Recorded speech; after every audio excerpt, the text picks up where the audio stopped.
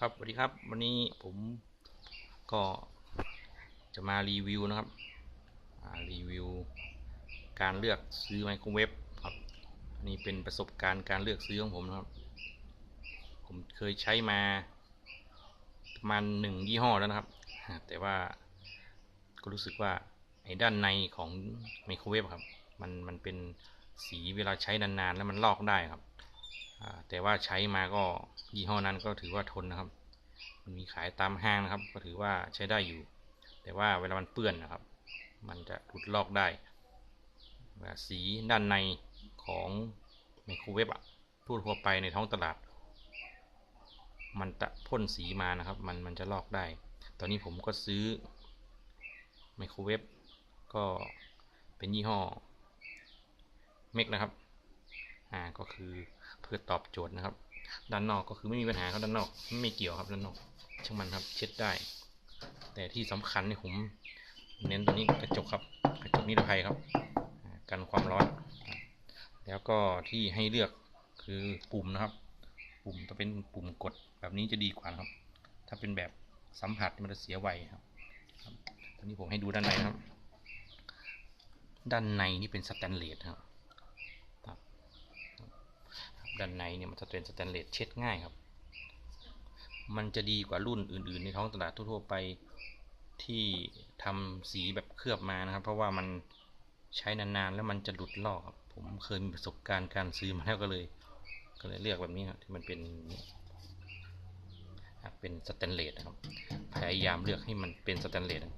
ตัวนี้ผมซื้อมาจากห้างนะครับราคาตอนนั้นก็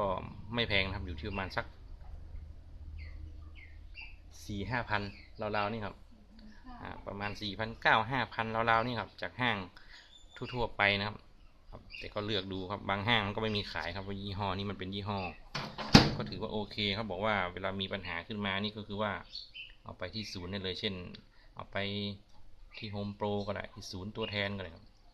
แต่ตั้งแต่ซื้อมาก็ยังไม่มีปัญหานะครับก็เลยเอามาทำรีวิว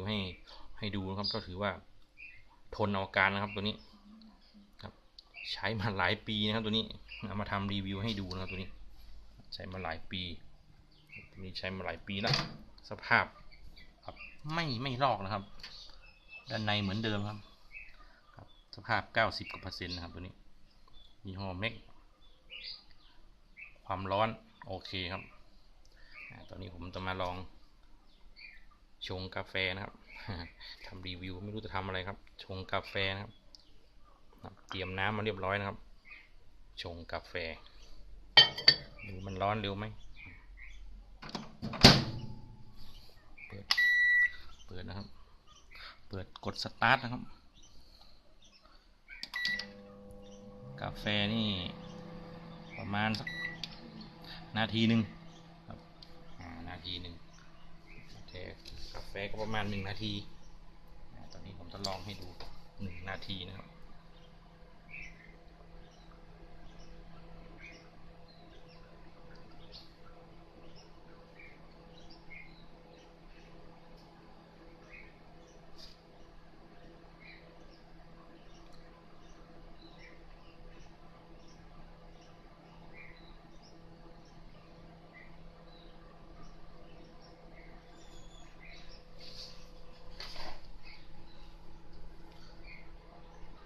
ด้านในมีไฟนะครับ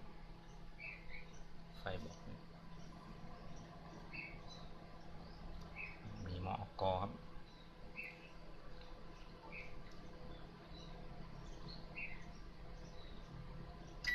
โอเคนะครับมีสัญญาณเตือนบอกนะครับมานะครับก่อนให้ดูด้านในผมจะให้ดูนะครับเวลานี่ครับมีไฟนะครับตอนนี้มีไฟส่วนด้านบนตัวนี้นะครับมันเป็นแผงความร้อนครับรุ่นนี้ใช้ปิ้งได้ด้วยครับอบเนื้อปิ้งเนื้อย่างครับทำได้ทุกอย่างนะครับตัวนี้ทั้งปิ้งทั้งอบนะครับตัวนี้ผมจะมาลองร้อนนะครับ1 นาทีนะครับถือว่าใช้ได้นะครับร้อนนะครับ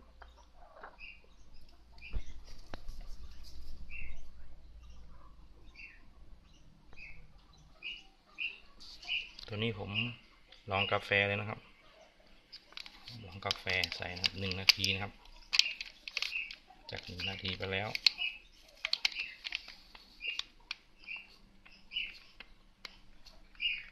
กาแฟกลางวันนะครับแกงง่วง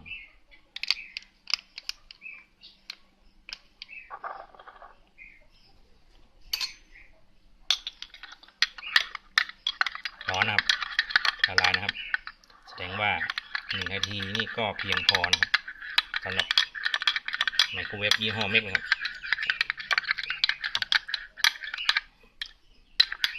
ละลายเลยนะครับร้อนจัดเลยนะครับวันนี้ผมก็